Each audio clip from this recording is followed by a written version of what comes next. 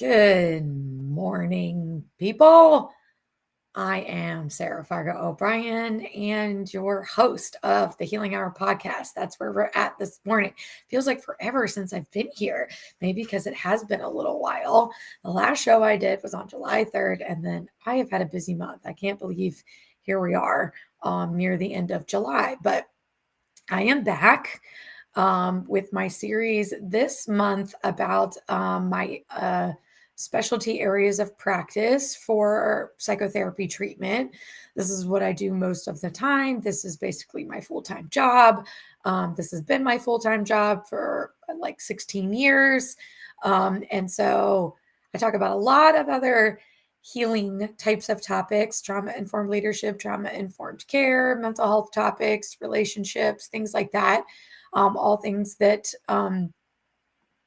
send us to a healing place to reduce harm and increase safety. And we're going to continue that with learning about the neuroscience of the disorders that I treat in my practice.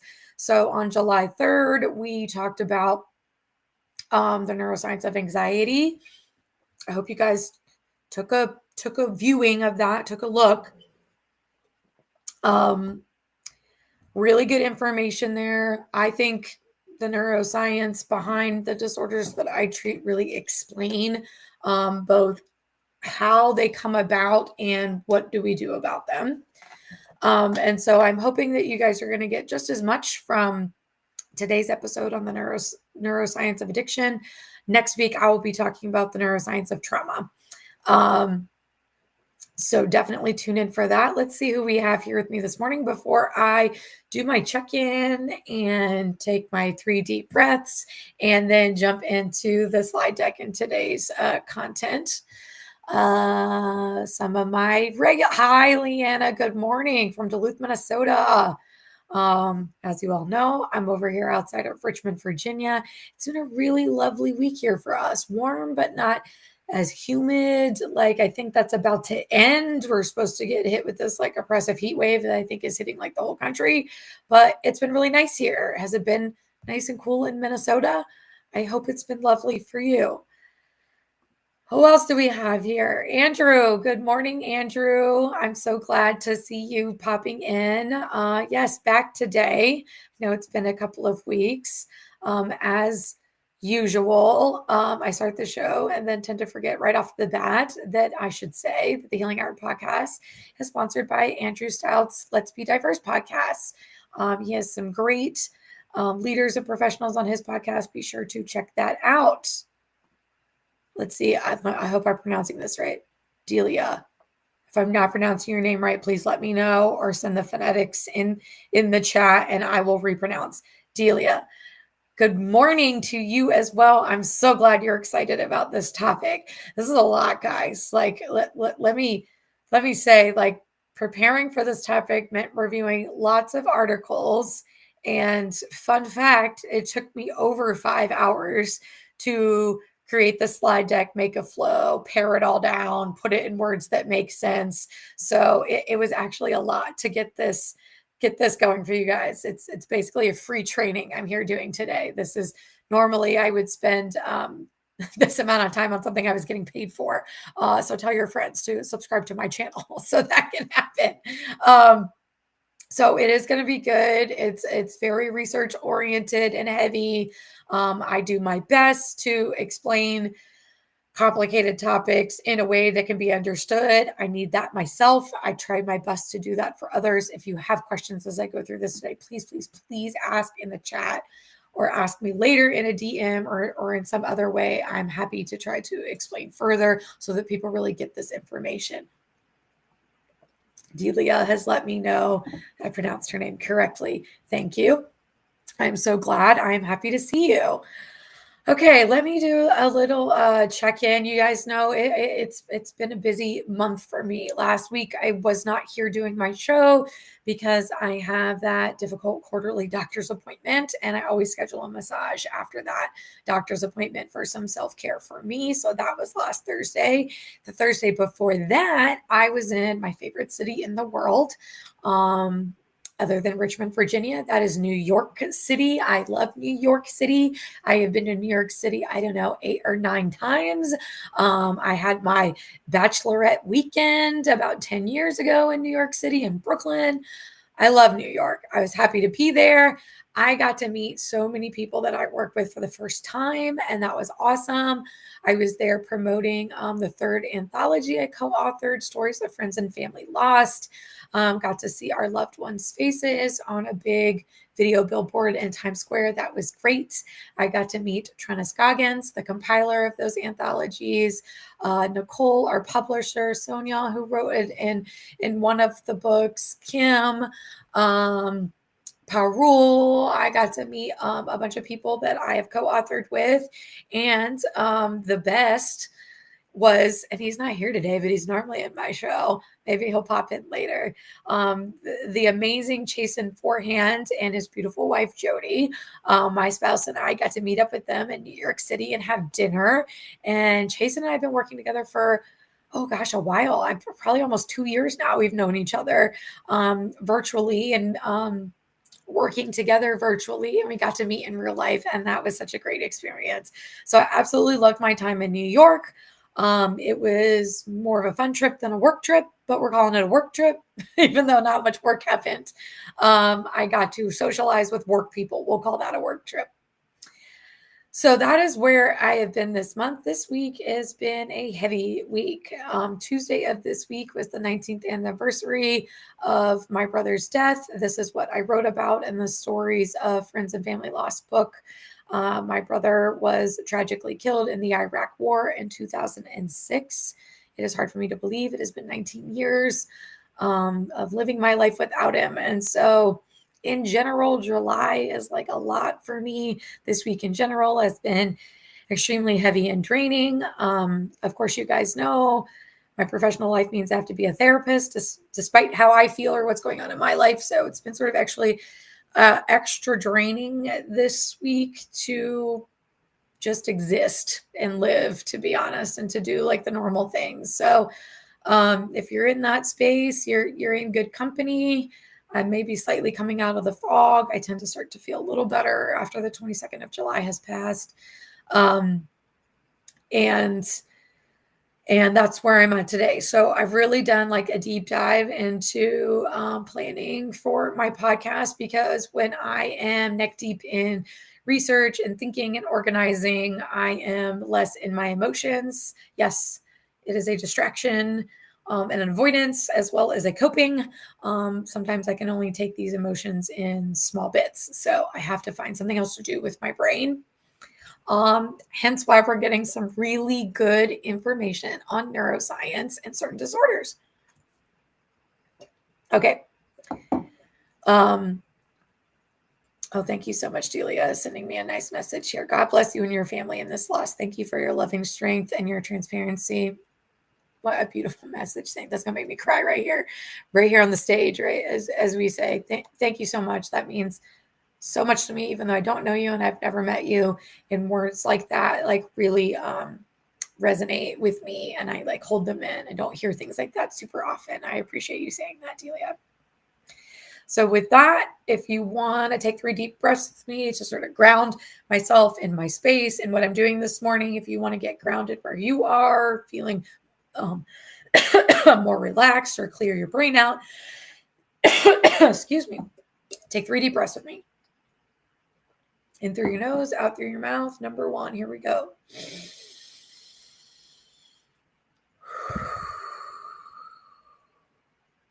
Inhale, number 2. And exhale. Last breath, inhale. And exhale. All right, let me, so sorry for that. Clear my throat out. Okay, here we go. I got lots of content to get through to guys today.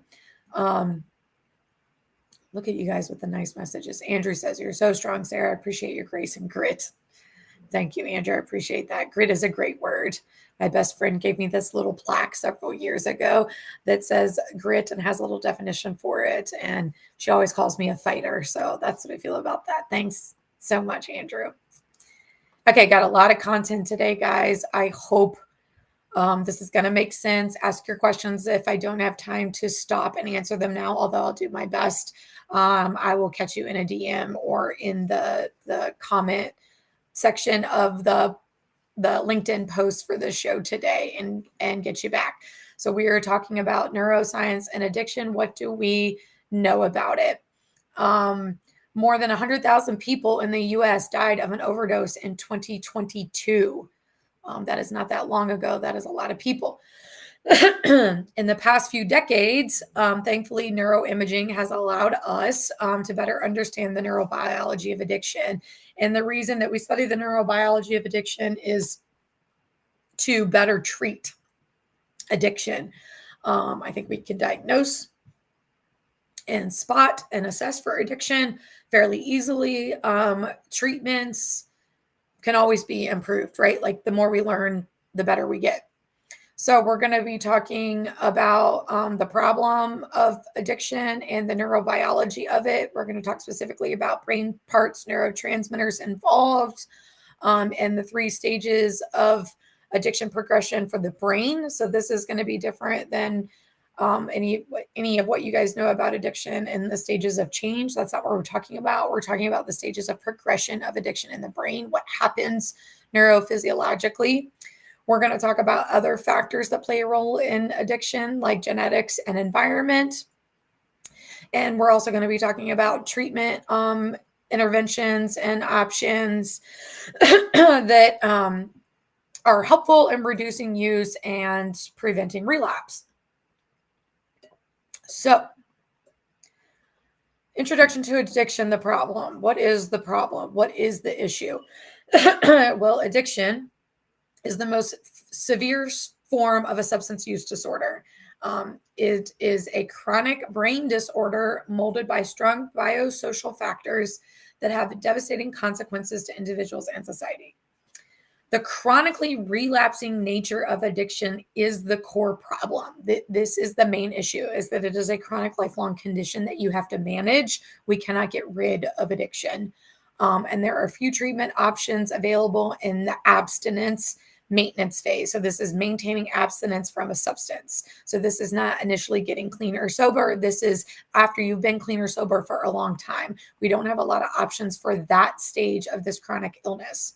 And because of that, relapse is high. Despite usual treatment, over 20% of people with an addiction will relapse within 1 month. And 40% of people will relapse within 6 months. This is one of the specialties I treat. I've been treating it since my very first internship. I know a lot about addiction. I've seen a lot of people relapse. Longitudinal data suggests at least 5 years of abstinence is required before recovery is well established. And after that, only a few people will relapse. I have known people to have 5 years of abstinence and relapse. So let's not kid ourselves, like we're not immune, but it's less likely the more years you get under your belt of not using. The process of becoming addicted to a substance is described in a 3-stage cycle for the brain. And these are the binge intoxication cycle, withdrawal, negative affect stage of the cycle, and preoccupation anticipation stage. This cycle illustrates how repeated substance use shifts motivations from seeking pleasure to avoiding discomfort. I'm going to talk more about that in a minute. The DSM-5. So the DSM-5 is the Diagnostic and Statistical Manual. This is what mental health providers use to diagnose. This is what we are educated and trained on in terms of diagnosing disorders. The ICD-11 is what medical professionals, MPs, and doctors use to diagnose disorders, and they overlap some, but they're not exactly the same. As you can imagine, the way that we view mental health disorders is not strictly from a medical standpoint. So this is why the different categorizations and volumes of books that we use. But the DSM-5 considers a substance use disorder as a continuum rather than separating misuse and dependence. Like, so we don't put things in sort of these black-white categories. It's more of a spectrum. Whereas the ICD-11 categorizes things specifically as harmful use and dependence, and that these are sort of in different buckets. In pharmacological terms, so in terms of the substance, dependence refers to the neuroadaptations that underlie tolerance and withdrawal. So these are like the physical symptoms that you experience when you have a tolerance to a substance and then withdrawal if you no longer have the substance. This is referred to as dependence, meaning that your brain and body are dependent on this substance in many ways. Example, prescribed opioids or benzodiazepines. I'm going to talk a little bit more about these, but these you can become dependent on even if you didn't want to be addicted to. That's because your brain and your body gets really used to substances like opioids and benzodiazepines, and then it just wants more and more of it. But just because you have a dependence on something physiologically does not mean that there is addiction. Addiction is related to a more complex pattern of behavior involving drug seeking and craving. Clinically, this distinction must be made in order to provide individualized treatment. There is a difference in addiction and dependence. Dependence falls into addiction, but addiction doesn't necessarily fall into dependence. Still on the problem of addiction. Chronic substance use can lead to enduring changes in brain structure and function, particularly in regions associated with reward, decision-making, and impulse control. These changes can persist even after substance use ceases, influencing long-term vulnerability to addiction and relapse. This is that you need 5 years before we're a lot more in the clear. This is that because even after you stop using, your brain doesn't just go back to the way it was functioning and organized before you started using the substance. It takes time for your brain to heal and recover, and for those neuroadaptations as a result of use to sort of revert back, or for us to have different neuroadaptations as the result of abstinence of use. The risk for addiction is related to complex interactions between biological factors like genetics, epigenetics, developmental attributes, and neurocircuitry. So let's also be clear, addiction isn't just a behavioral issue. There are genetic, epigenetic, and neurophysiological predispositions or risk factors for addiction. And even though it's been characterized as like a social issue, a social disorder, it really is very much a brain-body disorder, and we need to think about it like that. In the past few decades, neuroimaging has allowed us to better understand the neurobiology of addiction. Like I was saying, functional neuroimaging called fMRI scans have been developed to probe the neural circuits underlying addiction, including reward, inhibitory control, stress, emotional processing, and learning and memory networks. fMRIs are used to provide biological support for the benefits of psychosocial and pharmacological, that would be medication, interventions. Although evidence remains limited and often inconclusive in this area, which may contribute to the variability in treatment efficacy, which meaning how well does the treatment work? It depends, and it depends on the person, depends on what they're addicted to, it depends on their biology, right? Like these are all things that we know via the neurobiology piece of studying addiction and how it works. This brain imaging research maps the neurons circuits that connect the relapsing pattern of addictive behaviors, including rewarding responses during intoxication, the feeling of like getting high or intoxicated, touches the reward system of the brain, go figure.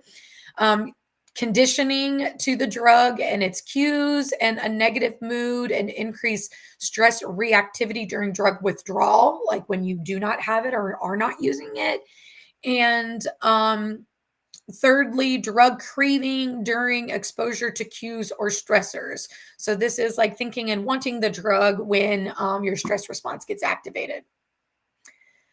Significant alteration in the brain's reward and regulatory systems is triggered by substance use. Any substance use, this is going to happen. But if you have predispositions for addiction, or you use something long term and you develop like a brain dependence on it, of course, there is going to be a greater impact and a greater negative impact to the reward and regulatory systems.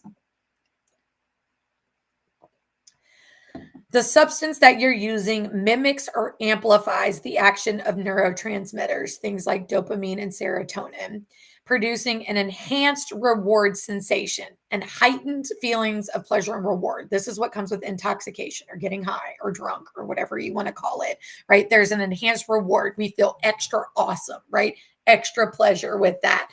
So dopamine and serotonin fire naturally, doing just normal things in the world, right? There's reward in accomplishing a task, in getting a gift, in eating your favorite meal, right? And so naturally moving through life, your brain is going to emit dopamine and serotonin, and you're going to feel reward and pleasure. And so what happens when we start using a substance is that we start firing off dopamine and serotonin way more frequently, right? So the drug is making it kick off more than like the normal things in life, and at an increased intensity, right? So if like eating your favorite piece of cake, hits you in the pleasure and reward center at like a 10, like cocaine is going to hit it at like 100. And so then when you go back to eat a piece of cake, it's not going to feel very rewarding, because you've given your brain this like huge, massive, intensive shock of pleasure and reward with this substance. Okay. This mimicking or amplifying of the neurotransmitters can disrupt the natural balance of functioning in the brain's reward system, kind of like what I was just describing. And this disruption can lead to a quick onset of addiction as your brain rapidly adapts to the heightened stimulation, creating a cycle of dependence and of tolerance. Hear me on this, folks. It's not a cognitive and behavioral choice to be like, ooh, give me more of that cocaine. Your brain is saying, give me more of that cocaine. That was amazing. I felt great. Nothing's been better. I want more of that. So even if you like didn't intend to use it again, your brain really, really, really wants you to. That's how strong this stuff is. It has a massive impact. Okay, let's talk specifically about the parts of the brain. When I talked about the neuroscience of anxiety, we talked about the thalamus, the amygdala, and the cortex. Okay, we're going to talk about a couple of those same brain regions, as well as some other things. The brain can be thought of as the locus for the retrieval of processing and storage of information. So your brain processes and stores information that we receive from the environment, and that comes to us via neurons, right? So there's a stimulus in the environment. Let's say it's cold outside, right? It's winter, it's snowing. That stimulus of being cold is going to send a signal to your brain, and then your brain is going to do something. It's going to send a neuron or neurotransmitter, and there's going to be an experience, shivering, recognition that you're cold, right? Activation of specific brain regions with subsequent neurotransmitter modulation or change. This is that amplifying and mimicking of neurotransmitters. That's the modulation. That's the change. And those things distinguish each stage in the cycle of like addiction and dependence for your brain. So neuroadaptations, meaning changes in neural functioning. So these are changes in the way your brain is naturally supposed to function in neural networks and neurotransmitter firing and receiving. Okay. Neuroadaptations occur in 3 distinct neurobiological stages. And I mentioned them before. The first one is intoxication and binge. The second is withdrawal, negative affect. And the third is preoccupation, anticipation. And then there are multiple neuroadaptations, so neuron and neurotransmitter changes in 3 corresponding domains: increase incentive salience, decrease brain reward and increase stress, and compromise executive functioning in 3 main focal regions of the brain that are the basal ganglia, extended amygdala, and the prefrontal cortex. And amygdala and prefrontal cortex we talked about with anxiety as well. The amygdala and the prefrontal cortex are huge parts of the neuroscience of understanding mental health disorders, for sure. So if we look at what this means, intoxication and binge stage is an increased incentive salience. This is that heightened pleasure reward, right? So when you're intoxicated, there is an increased incentive for you to go get more of that to feel that intoxication. Okay, that's stage 1. And that's the domain it affects. Stage 2, withdrawal negative affect, means we're getting into tolerance. There's a decreased brain reward with the same amount of that substance that you're using, and there's increased stress, meaning there's increased stress when you don't have it because it's not producing as heightened of a reward anymore, right? So your system starts to feel stress as a result of that. And then the third stage, the preoccupation anticipation, is involved in executive function. I cannot speak today, guys. Executive functioning.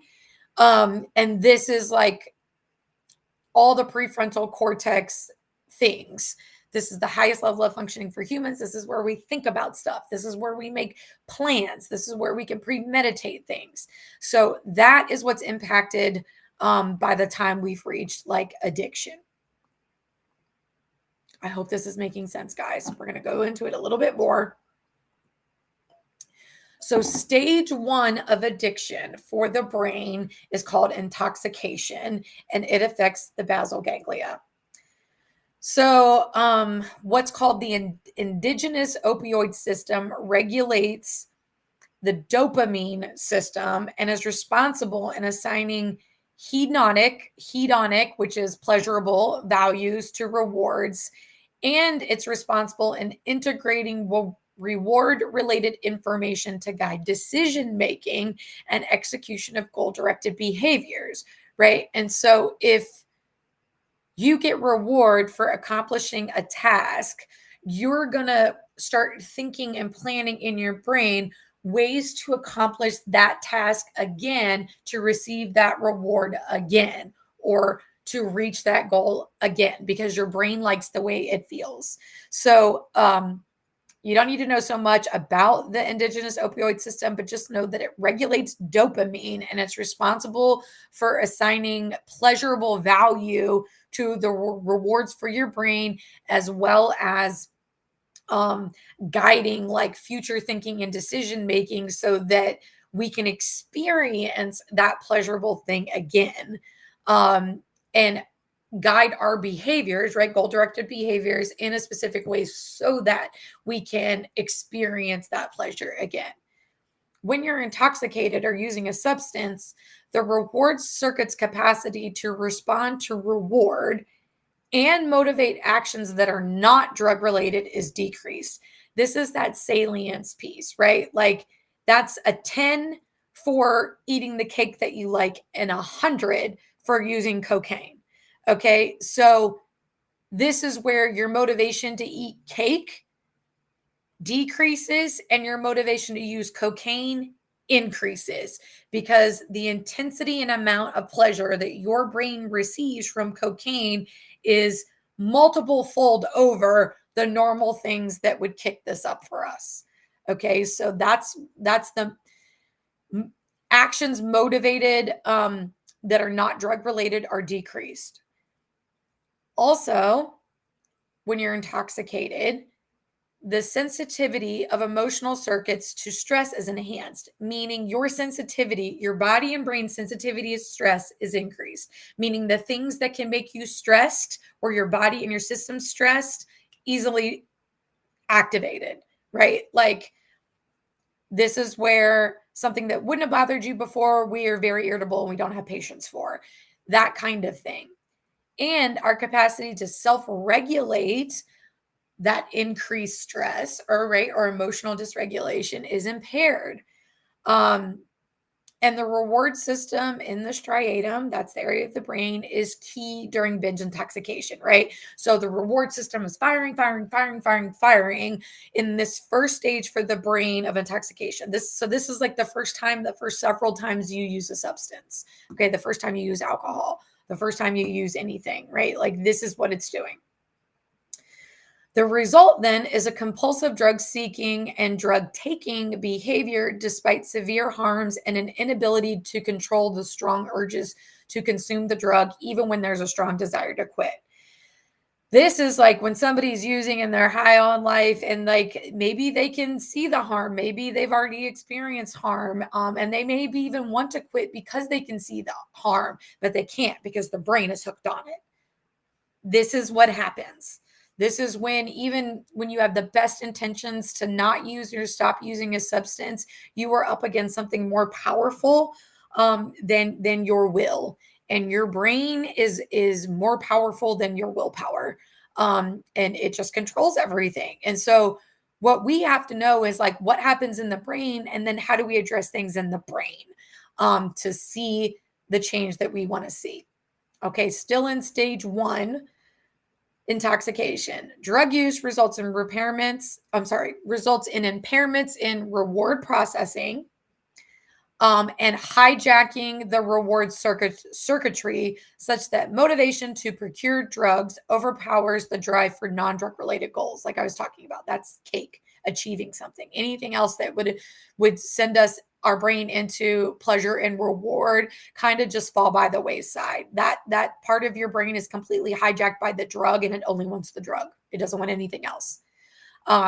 And so dopamine is what lies at the center of drug reward, and that gets taken over. Basically, like we said, we just start shooting out dopamine very quickly and more intensely when we use the drug. And so that's all we want is the drug to do that. Because then when we eat cake, it maybe does this. And using the drug is doing this. I hope that makes sense. During intoxication, the drug stimulates large bursts of dopamine in the mesolimbic reward system that reinforce drug taking. This is the binging or using again and again, or using more amounts, right? And this strengthens the conditioned associations which link stimuli like people, places, and things that precede drug use with the expectation of reward, feeling intoxicated. That's like you start to get excited when you make a call to your drug man. That's when you start to feel it in your system when you go to the part of town where you pick up your drugs or you're around the people that you use drugs with when you haven't even used the drugs yet. That's why in recovery, we say change people, places, and things, because those people, places, and things, even without using the drug, are starting to work on your brain as if you are using the drug. It is anticipating procurement and use of that drug, and the cycle in your brain already starts to happen. So over time and extended use, there's a reduction in strength of the dopamine response to the drug. And this is associated with reduced subjective experience of reward during intoxication. So this is exactly like use more of it and use the same amount, don't feel the same effect. So have to use more of it to get that same effect. Meaning the more you use, the less impact intensity it has on feeling like a reward for your brain. Your brain becomes conditioned to it. It's less awesome firing and it's more like, oh yeah, we know this. We just have to do this. Therefore, it requires more drug use for that same high. And this is where we start moving into stage 2, which is tolerance. Your brain has now become tolerant to it. And you've heard people talk about this with alcohol and other things, like their tolerance. And if they stop drinking for a while, their tolerance goes down. They can't drink as much before they get drunk. If you start drinking regularly, your tolerance goes up, meaning you have to drink more to feel drunk. This is stage 2 for your brain, meaning then we'll experience withdrawal. Some withdrawal from alcohol is a hangover, guys. Like, that's part of it. It's your brain trying to calm down from that intense use. Okay, following the neuro adaptations, the brain changes as a result of continued drug use, which hopefully you understand. It's hijacking reward and pleasure. It's taking away our natural ability to feel reward and pleasure. And then it's desensitizing your brain to the feeling of reward and pleasure with more and more use. Okay. So then abrupt cessation or stopping of the drug leaves the brain unable to achieve homeostasis. It's like, what do we do now? You've just taken away all the dopamine and serotonin, right? So your brain stops naturally firing dopamine and serotonin. And then once you stop the drug, we're not introducing anything into the brain that's going to fire those systems. So your brain is like, what the shit, basically, and is like going haywire. It's not happy. It's not functioning well. This results in withdrawal characterized by dysphoria, emotional stress, and a decrease in cognitive ability. Yes, this is not just like behaviors. These are actual physiological changes, experiences, effects, side effects of stopping the use of a substance after you've been using it for a while and your brain has gotten used to it. This results in an individual's inability to prioritize behaviors that result in long-term benefit over those that provide short-term rewards, right? So everybody, if you know somebody who struggles with addiction, you've probably heard that they want that like quick high, right? Or reward, short-term gain. And really, that's what takes over. They lose the ability to think about long-term planning and long-term reward. Their brain can only function in, we need short-term reward. And they also have an increased difficulty exerting control over these behaviors, even when it's associated with catastrophic consequences. And these could be like catastrophic medical consequences or psychosocial consequences like homelessness, job loss, all kinds of things, right? In this stage, when we're in the tolerance withdrawal, meaning like your brain needs more of the drug to feel the same effect, and after a while, that's just going to go null and void. We're not going to be able to reach that level of high. So then when we're not using it, our body and brain goes into withdrawal, meaning it's really disrupted because it doesn't have what it has been using to function, basically. And this moves us from pleasure seeking, that intoxication high, to discomfort avoiding use, meaning I don't want to feel the stress and the withdrawal. So I'm going to keep using to avoid the stress and withdrawal instead of I'm going to keep using to feel reward and pleasure in the intoxication. Right? So this isn't a choice, folks. This isn't a behavioral choice. This is a brain-based response to ongoing use of substances. You don't choose to be dependent on it and then struggle with withdrawal. Your body just does that. That's just what is going to happen. Okay, so you may have the greatest intentions to stop, and you may want to stop because it's no longer awesome, right? Like we no longer feel high. But we continue to use now so that we don't feel bad. And that's how we get into this cycle. And so we now use the drug to address this amygdala activation, stress, right? Amygdala is like the stress center. And the drug now provides calming or moves our brain back to homeostasis because it's been so used to having that. So the dysregulation in amygdala, which is responsible for the fight, flight, freeze, fawn response, links to low mood and emotional stress seen in withdrawal. And that's why we then continue to use the substance to alleviate that discomfort. Okay.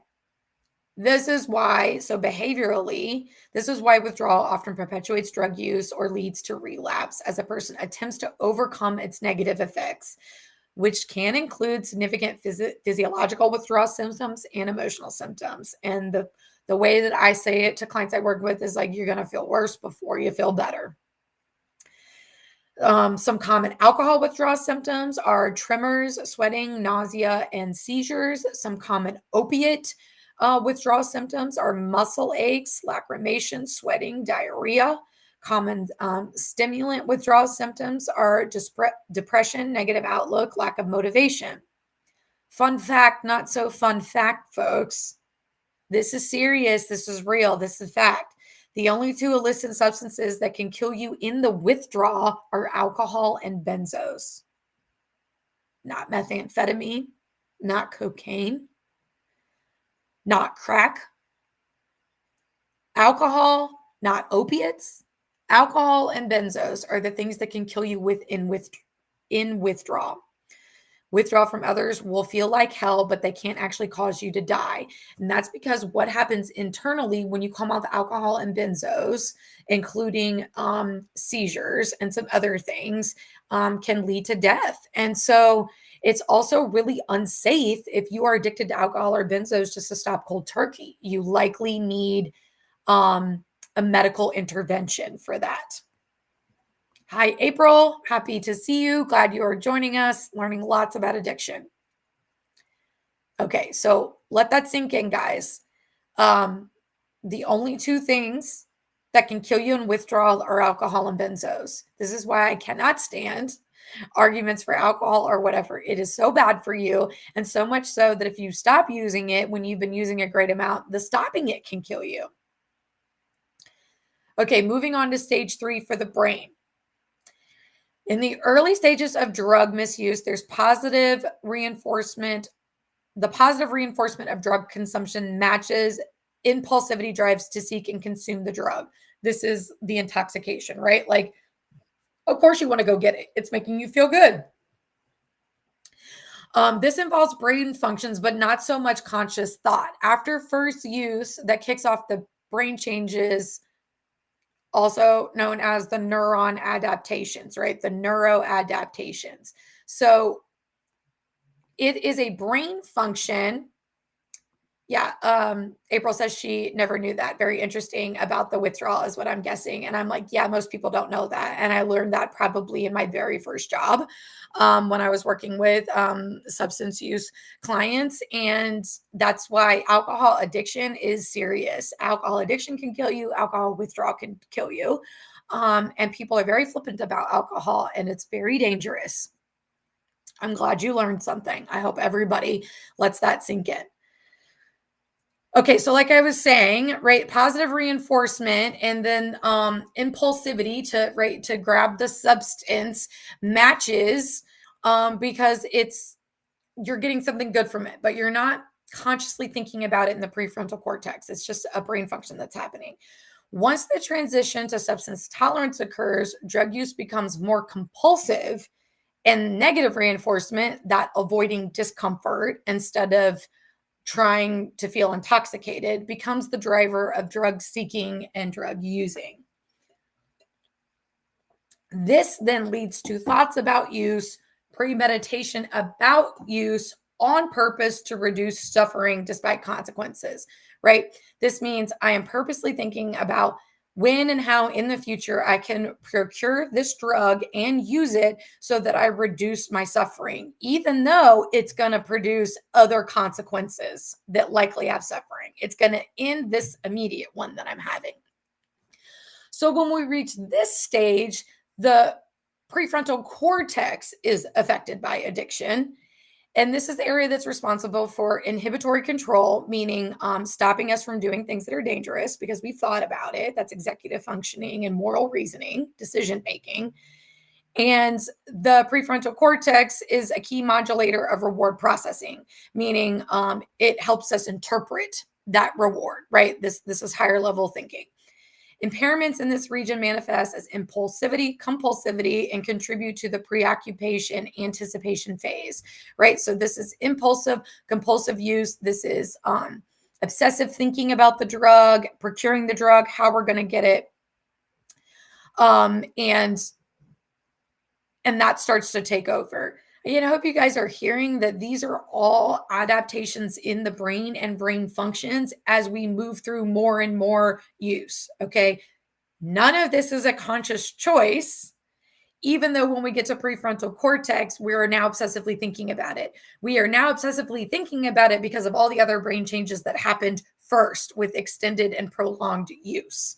And now our ability to make good decisions around things that provide pleasure and reward is impaired. This is how we get impulsive and compulsive behavior to use despite obvious consequences. Okay, that moves us through what happens in the brain. Let's talk about the role of genes, gene expression differences. The genes involved with dopaminergic and glutamatergic neurotransmission. So this is like dopamine neurotransmitter, right? So there are differences in gene expressions for the ones involved with like dopamine and this other substance I'm not going to try to say again, and how they're transmitted in the brain. So your gene expression can affect how those things fire and signal fire and then like collect in the neurotransmitters. That functions differently for people that tend to struggle with addiction. There are genes involved with transcription and translation of information can be expressed differently, and genes involved in brain development can be expressed differently. What kind of, April? Like, you have to go back and watch the beginning of this. Absolutely, the brain becomes addicted, but really the brain becomes dependent.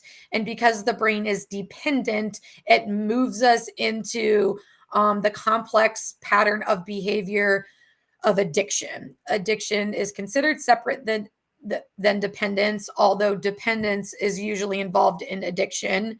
Addiction is not always involved in dependence. So you can be dependent on a drug and not engage in behaviors, compulsive and impulsive behaviors to procure it, like something you're prescribed maybe. But yes, ultimately the brain becomes addicted. It becomes dependent on this substance to function, so much so that it has changed the way your brain normally functions. And your brain does not just go back to the way it normally functions without a lot of time without the substance, which is why relapse is high and people continue to use. Okay, so there are gene expression differences and there are epigenetic modifications that regulate the enhancement or silencing of a gene expression. And this has also led to studies that are beginning to characterize the effects of drugs on epigenetic marks in various brain regions, as well as their involvement in the addiction process. So what we know about epigenetics is talked a lot about in trauma. And that's like when they talk about, what is the word I'm looking for? Intergenerational trauma, right? It being passed down from one generation to the next, even if you didn't experience the trauma that your great grandparents did. Epigenetic modifications are gene modifications in your family's DNA as a result of your great grandparents going through trauma. Same is true when we're getting into addiction. So the epigenetics that maybe prime somebody for intergenerational trauma, same is true for addiction. There are modifications. And yes, April, this is all part of epigenetics as well. This is how some folks are primed or more susceptible to developing addiction. And the same is true for trauma, like I was just saying. So if in generations past there was high substance use or dependence, then there's a higher likelihood that that will get expressed in later generations. Happy to do it, April. I'm happy to be teaching. I'm glad this is like making sense and you're asking such great questions. Hopefully this is all making sense in genes in the brain. So let me say that again. If in generations past, high substance use or dependence in those individuals, then there is a higher likelihood that will get expressed in later generations. Does that mean it will? No. It just means that you have a strong predisposition for dependence and addiction to take over your brain functioning if you start using a substance. Okay, some other factors, the role of environment. Research has started to uncover how psychological traits emotions, and behaviors are encoded in the brain, and how environmental factors influence brain circuits and subsequent behavior, and how genetic and epigenetic factors influence development and brain functioning, all of which are of relevance to addiction risk and resilience and recovery, right? The reason I say that we study the neuroscience of these things are to find better treatments of these things. So we have to understand how the brains work, how genes work, how environment works, learning, psychology, all of that, and how those things get expressed pretty much for an individual person, to find out their risk and maybe the best option for recovery and then relapse prevention. Environmental factors such as social and cultural systems, stress, trauma, exposure to alternative reinforcers are important, right? Multiple psychological traits have also been shown to influence the risk for addiction, including impulsivity, novelty and sensation seeking, wanting something new or immediate gratification and reward, and stress reactivity. So if you have a higher stress reactivity in terms of psychology, then you might have a higher likelihood of developing an addiction. And yes, I didn't say a lot about culture, but absolutely, you're influenced by the culture around you. So if it's normal for people to start drinking as teenagers, then you will probably do that. And it'll probably, if you have any of these other genetic, psychological, and neurophysiological markers that prime you for it, probably won't be good for you. If you have all of those neurological and biological and genetic markers, and you're in a culture that is strict about not drinking, there's a chance that maybe you won't develop this issue. And yes, exactly. And culture can play a part, especially if it starts with children learning early what that looks like, right? Because that's very influential. Okay, let me go back and make sure I got all that. Okay, so if we talk about treatment interventions, we're rounding the corner here, guys. I know this was like heavy on information today. Like I said, this slide deck took over 5 hours to create and pare down from, I don't know, 12 to 15 research articles that I used to sort of get this information and make it palatable and digestible for you guys. I really hope that it is. So let's talk about treatment interventions. Addiction is a chronic disease. Like I said at the beginning, it doesn't go away. We have to manage it for life. So its treatment should also follow a sustained model of intervention, the intensity of which should be adjusted to the stage of disease. If somebody is first getting clean and sober, the intensity of intervention needs to be higher. This is why people often go to inpatient rehab centers. That is the highest level of care for addiction that we have. And then they sort of step down. I think one of the problems that we have in this country is the step down is too fast. They need to spend longer amounts of time and the higher levels of care. Part of that is to have like a lot of support and guidance around when their brain is still very vulnerable to relapse. We talked about how 40% of people will relapse within 6 months. However, rehab programs are usually only 30 to 60 days. We need some of those things to be longer. The reason they're not longer is insurance sucks and doesn't want to pay for things like that if they'll pay for it at all. So what we know to be true and helpful in research has not caught up socially, culturally, economically, in being covered by health insurance, which is why people often do not get the help that they need. Hi, Cambria. I'm happy to see you. I'm glad you're here. I'm also glad that you have been clean for over 3 months. That is awesome. That is hard to do. Good for you. Okay, so we're talking about treatments and interventions. And since it's a chronic disease, we need to sort of have a flow to the treatments. We do, and then we don't, right? Treatments or interventions include psychosocial, psychotherapy, and pharmacological. Examples of psychosocial treatments are rehab, partial hospitalization programs. Those are PHPs, IOPs, or intensive outpatient programs, support groups like AANA. Those are psychosocial interventions or treatments. Yes, they are considered treatments. They are helpful. Psychotherapy treatments include CBT to address associations that we have with things, and trauma therapy. And pharmacological interventions include Vivitrol, naltrexone for things like reducing alcohol cravings or response to alcohol intake, and things like Suboxone and Methadone for opiate addictions and sort of replacing those. Okay, those are pharmacological treatments and interventions. Usually, pharmacological interventions are used in detox or very early stages, and then we should titrate off any pharmacological interventions that are used, and we need to move more into the psychosocial and psychotherapy ones for addiction. But again, that's not always how it works. Cessation of certain drugs are highly likely to use pharmacological interventions. Example is the use of benzos. Yes, one very addictive substance is used for the medically assisted alcohol detox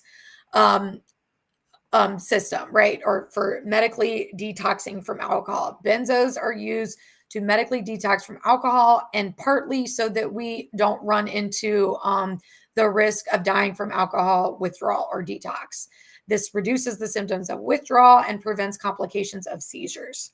That's why benzos are used. Benzos that are used in a medically assisted detox of alcohol should only be used short term and definitely while under 24-hour doctor surveillance. So this is not something you should do on your own to come off alcohol. This is medically assisted via usually an emergency room or a medical facility, as a matter of fact, because the dangers of this is so high and you could die.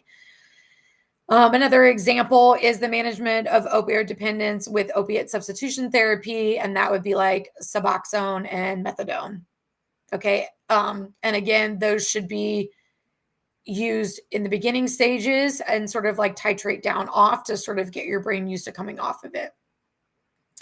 Treatment should be aimed at improving self-regulation, helping to control cravings and the emergence of distressing emotions, including depression and anxiety symptoms. And all this is going to be so true and so intense, especially in the first 12 months after we stop using a substance, at least the first 12 months. And improving the sensitivity and response to alternate reinforcers, right? So this is increasing the salience for your brain to feel reward and pleasure from other things that are not drug related. So we sort of have to train the brain on that once we come off of something. This is, like I said, like learning what other things activate pleasure, reward, motivation, and learning other coping strategies that reduce discomfort, right? Not going to the drug to reduce that discomfort and not going to the drug to feel pleasure and reward. Psychosocial interventions are a mainstay of treatment and substance use disorders. So if we go back to what those psychosocial interventions are, that's rehab, PHPs, IOPs, support groups. I have not known less than a handful in all my career, maybe even less than a handful of individuals that have achieved long-term sobriety or clean time or success in abstinence without engaging in at least one, if not multiple, of the psychosocial interventions for the entirety of their chronic condition, right? For the rest of their lives. So this is if individuals are not in some sort of program, therapy, support group, usually a support group for the duration of their chronic illness. I do not find people that have long-term success in abstinence. And that is just true from my own one-person clinical perspective and all the work I have done around addiction and addiction treatment. So an example of this would be motivational interviewing. It's an empathetic interview style that focuses on changing behaviors in relations to an individual's goals, right? So this is getting them to engage in other things that activate pleasure and reward and developing goals on those. And current research recognizes how individualized therapy has potential to shape the future of treatment and substance dependence. And this is because every person comes with their own story, their own history, their own genes, their own DNA, right? And this is why for everybody, all the stuff that's out there about can AI chatbot be therapists? Let me say no. Can wellness coaches be therapists? Let me say no. It's not the same thing. Individualized therapy is what we provide for everybody. And coming from a biopsychosocial spiritual place as a social worker, I have to take the whole person and the whole context. Although I know theories and strategies and things that I can offer and or potentially apply to every client I have that has addiction or has anxiety, not everything is going to work in the same way or at all for every person. And things have to be tailored to that individual. This is why therapy is expensive. This is why therapists are hard to find. This is difficult work. This is tailor-made medical treatment each and every single therapy session that you have. And it's dynamic and it's based on your participation, as well as it's based on the therapist's experience and areas of expertise in treating these things. Like if you have a generalist therapist, they're going to generally provide treatment, kind of like a general practitioner. But if you get somebody that specializes in something, kind of like a cardiologist or a rheumatologist versus your primary care doctor, then you're going to get more specialized care. A mental health therapist is a specialized service. It's a specialized medical treatment like a cardiologist. We're not general practitioners usually. And this is why our services are the way they are and expensive. And it's really frustrating for us over here that insurance doesn't see basically the medical and neuroscience backing for all this, and to also see that what we do as a very beneficial and significant intervention, especially for things like addiction, when insurance does stupid things like doesn't want to cover preventative care like ongoing therapy to prevent somebody from a relapse, right? To end up back in rehab, because that's going to be a lot more expensive medically than ongoing therapy to prevent relapse. So those parts of treatment and an ongoing chronic condition like a substance use disorder are important. And unfortunately, enough people don't understand this. They don't understand how this works. They don't understand health insurance, hate health insurance, who doesn't care, right? And they're just trying to suck up their dollars. Like people can actually improve with a lot of these things. And it is difficult if they just don't have access to it or they can't afford it. And for anybody out there saying the answer is that therapists should lower their rates or see people for free, shame on you. How dare you? That's not fair. That's ridiculous. And no other profession would be asked to do the same thing. So how dare you? Stop saying that. The system is broken. We know a lot about what we know. We deserve to be compensated and respected for what we know. And it is not our fault the system is broken and people can't afford access to care.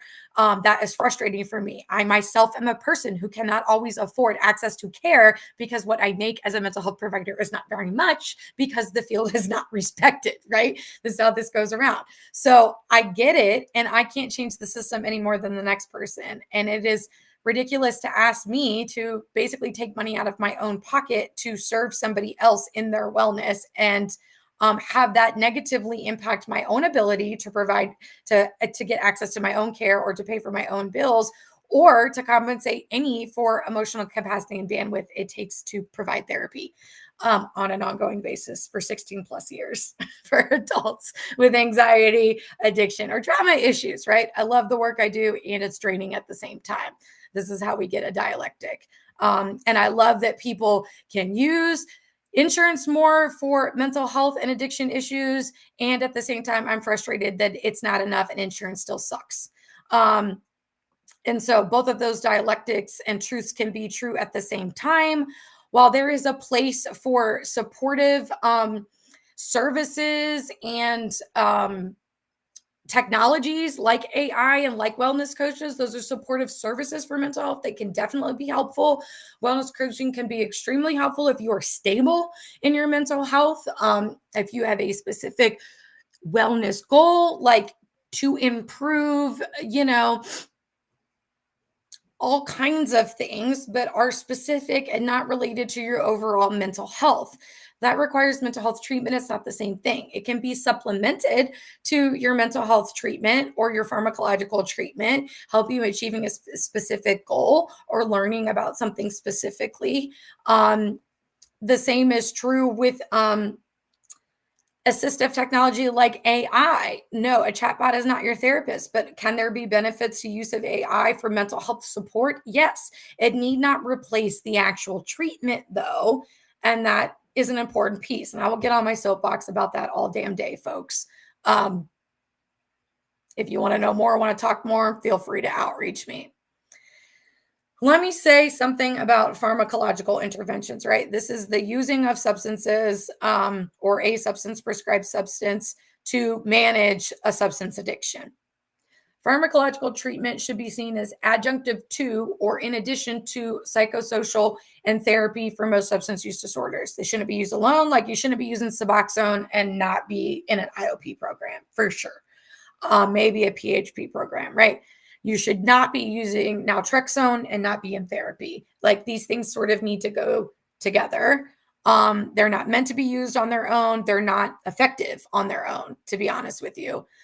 Naltrexone use shows a small but significant reduction in drinks per day and days of heavy drinking and reduction in craving, but there is no effect on improving continuous abstinence rates. This is why it's often used in the beginning to when your brain is like really seeking out that substance when you stop using it, right? It's just going to keep reaching for it. Something like naltrexone that can reduce the cravings and help you bring that down can give you that space to stack up that clean time or that sober time, like I like to say. So then we can safely move off the Trexone and then be at less risk for relapse as well.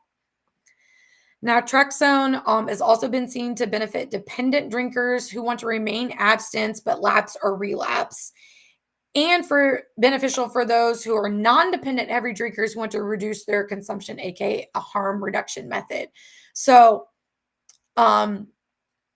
if you want to get off alcohol but find yourself like relapsing often, like maybe every 6 months, and then you drink again, or like you make it 3 weeks and then drink again, right? Now, Trexone can benefit those folks and really helping them reduce the cravings and get more time in there.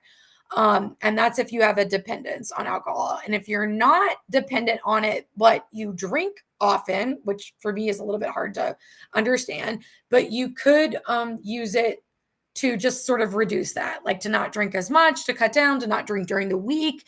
I use harm reduction method with several of my clients that have alcohol addictions.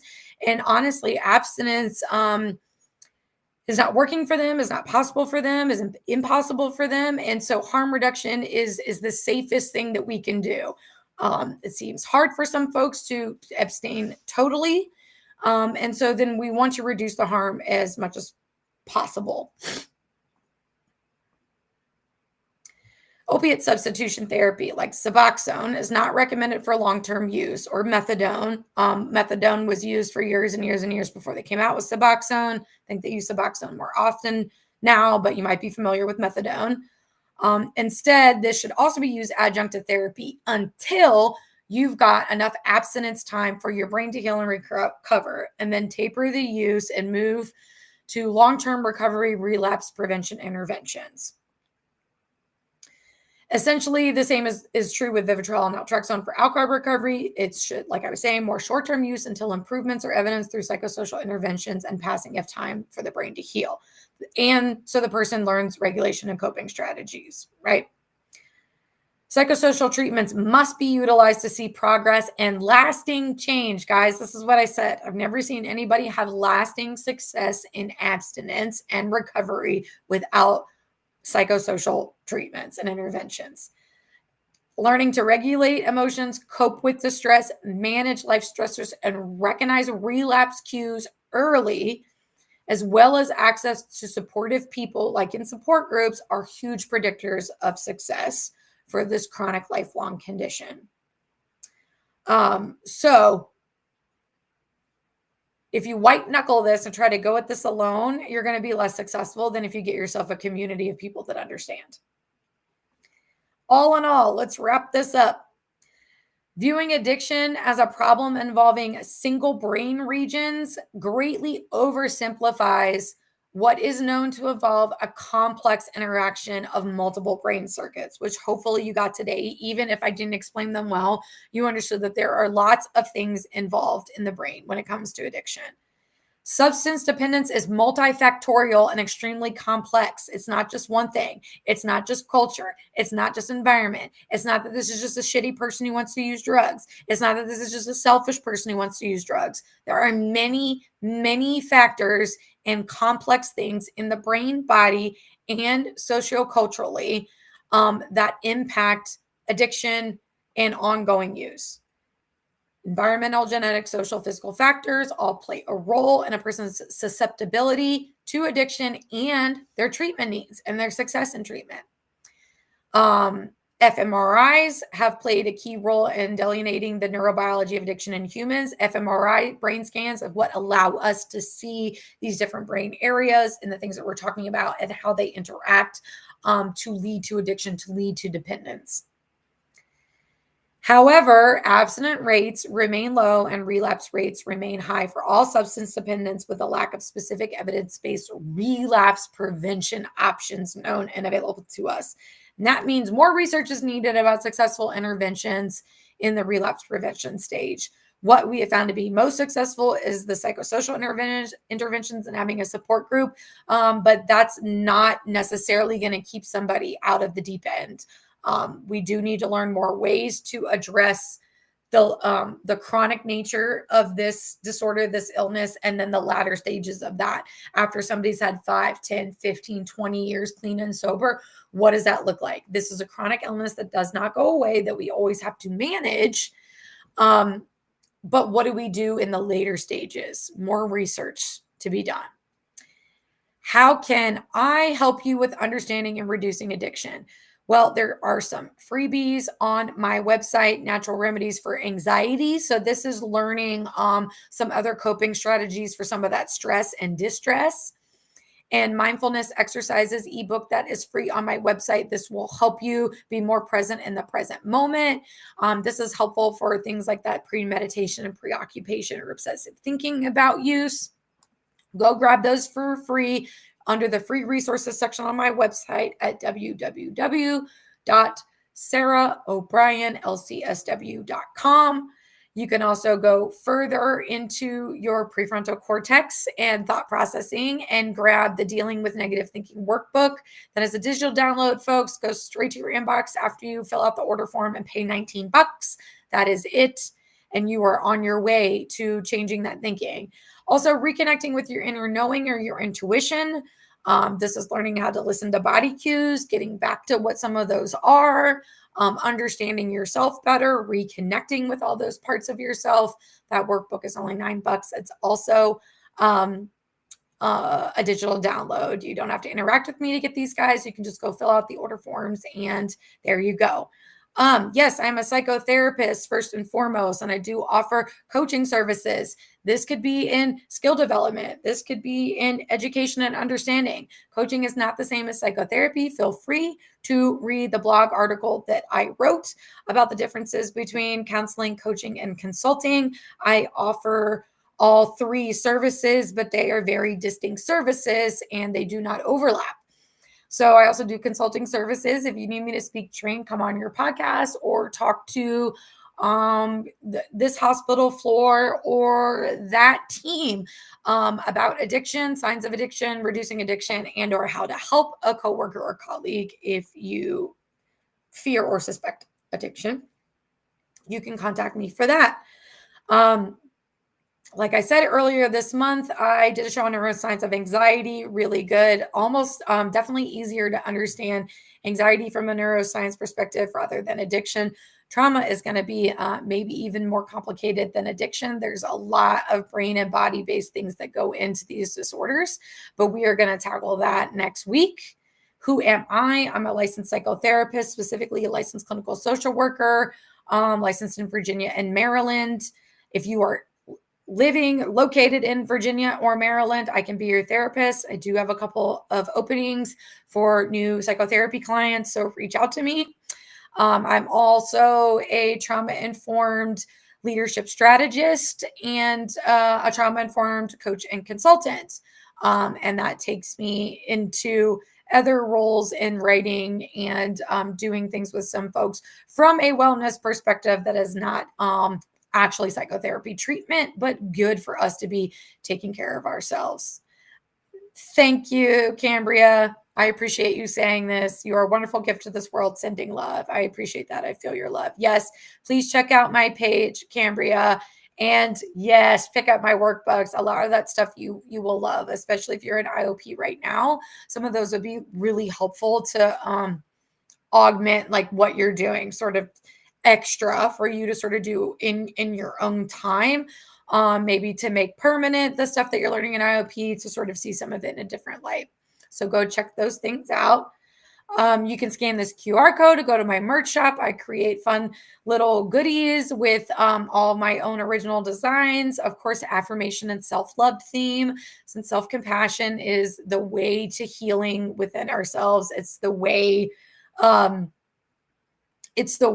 that we offer healing to others, is through compassion. Thank you. Somebody else, Arusa. Oh my God, I hope I'm pronouncing that right. If I'm not, please let me know. Arusa says, you are nailing it in the field of wellness. Thank you, my dear. I appreciate that so much. I hope this is impactful. Again, the Healing Hour podcast is sponsored by the Let's Be Diverse podcast, and Andrew Stout. He was in the audience today. Quiet, must have been learning a lot. Go check out his page and all that he has going on. Again, you can find out everything about me on my website, www.sarahobrienlcsw.com. Right from the first page, you can sign up for my newsletter. It's getting to go out. It's getting ready to go out again next week. I put this out once a month. There's always mental health and wellness information, trauma-informed leadership information, mental health provider and private practice information, as well as a list of all of my products and services, things that I have going on, and how to access all that, as well as my affiliate products. So you'll get lots of stuff in that. You guys that are signed up on LinkedIn, you get most of it, but the thing that you don't get are the freebies that I include in my monthly newsletter. You only get those if you sign up on my website. And they are only available through my newsletters. So they are not things that are free resources on my website. So if you want those, sign up for my newsletter, and you get usually at least 2, sometimes 3 every month. I'll pop some freebies in there for folks. I will be here next week. Next Thursday is the last day of July 31st, talking about the neuroscience of trauma. This is like where my heart and my wheelhouse is a lot of the time. This is very significant information, and understanding why and how people show up the way they do.